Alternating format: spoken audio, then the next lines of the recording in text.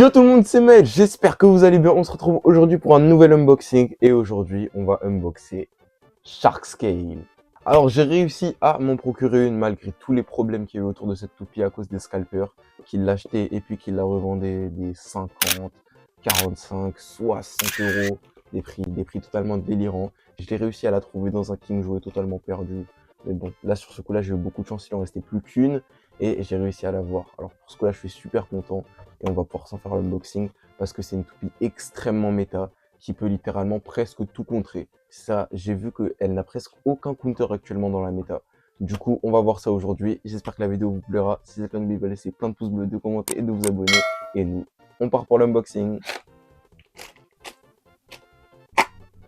Tout d'abord, on a le Blade Sharkscale, qui est un Blade UX avec deux grandes lames faisant chacun un des côtés de la toupie. Le début de la lame est d'abord bas, puis finit avec une hauteur plus haute, ce qui pourra faire sauter les baies des adversaires. Elle est très similaire à sa grande sœur Shark Edge, qui elle aussi avait deux lames allant de bas en haut. Ce Blade a aussi un excellent poids, il pèsera exactement 37,33 grammes. On ne va pas trop s'attarder sur le ratchet, car c'est un ratchet 4 qu'on connaît déjà très bien, avec juste la hauteur abaissée à 5 mm. Malheureusement, les ratchet 4 sont connus pour énormément exploser.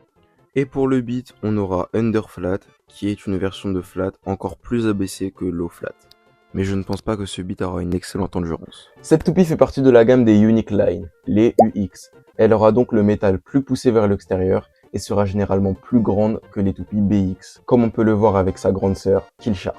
Son blade est un blade à rotation droite avec deux énormes lames en haut et en bas de la toupie pour pouvoir venir porter d'énormes coups à ses adversaires. Autre remarque aussi, la toupie est super basse. Elle est donnée dans son combo stock avec le ratchet 450 et le beat Underflat, qui sont actuellement un des ratchets les plus bas et un des beats les plus bas. Ce qui fait que la toupie pourra facilement venir toucher les ratchets de ses adversaires étant plus bas que la majorité des toupies du jeu. Et ça, on va pouvoir le voir dans la partie test. Pour son premier adversaire, Sharkscale va affronter Wizard Rod 960 Ball, combo très méta. C'est parti, les deux toupies sont lancées dans l'arène et waouh, directement la Wizard Rod qui explose sous l'énorme frappe de cette Sharkscale. Deuxième combat, les deux toupies prennent la X-Line et cette fois-ci ce sera Sharkscale qui va exploser. Étonnant. Troisième combat, directement Wizard Rod qui extrême finish la Sharkscale. Ses attaques peuvent parfois jouer contre elle. Quatrième combat, les deux envoient d'énormes frappes. La Sharkscale qui commence à pencher et qui va sûrement ne plus avoir beaucoup d'endurance dans quelques secondes. Ça va jouer en fin de rotation. Point pour la Wizard Rod. Cinquième combat, les deux toupies frappent. Sharkscale qui essaye d'X-Dash, mais ça ne va rien faire. Elle commence déjà à avoir plus d'endurance et ça va se finir sur un spin finish. Deuxième adversaire, Sharkscale va affronter Cobalt Dragoon 360 Elevate. Combo aussi très méta. C'est parti, les deux toupies sont lancés.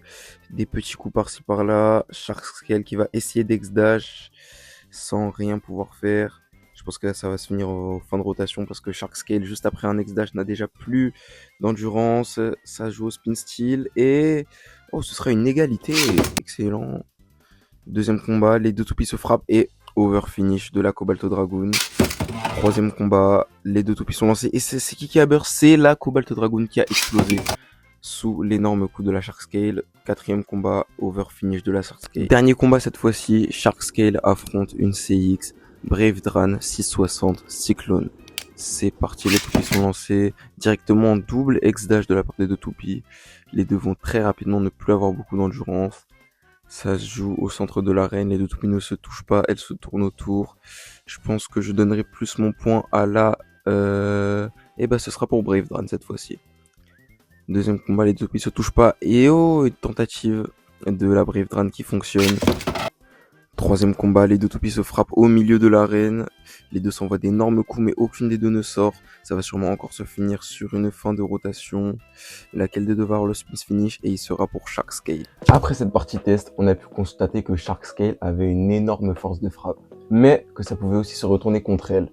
Parce que si elle est du mauvais côté de l'arène quand elle frappe son adversaire va juste aller se cogner contre le mur, et elle par contre va sûrement finir en over ou en extreme finish. J'ai aussi pu constater que l'endurance de Sharkscale c'était pas trop ça, en tout cas dans son combo stock. La pointe Underflat n'a pas l'air d'être une pointe très endurante, c'est pour ça que pour moi il faudrait plus la remplacer par des beats d'attaque un peu plus endurants, tels que Rush ou Low Rush. Dernier point que j'aimerais aborder, changer son ratchet, tout simplement.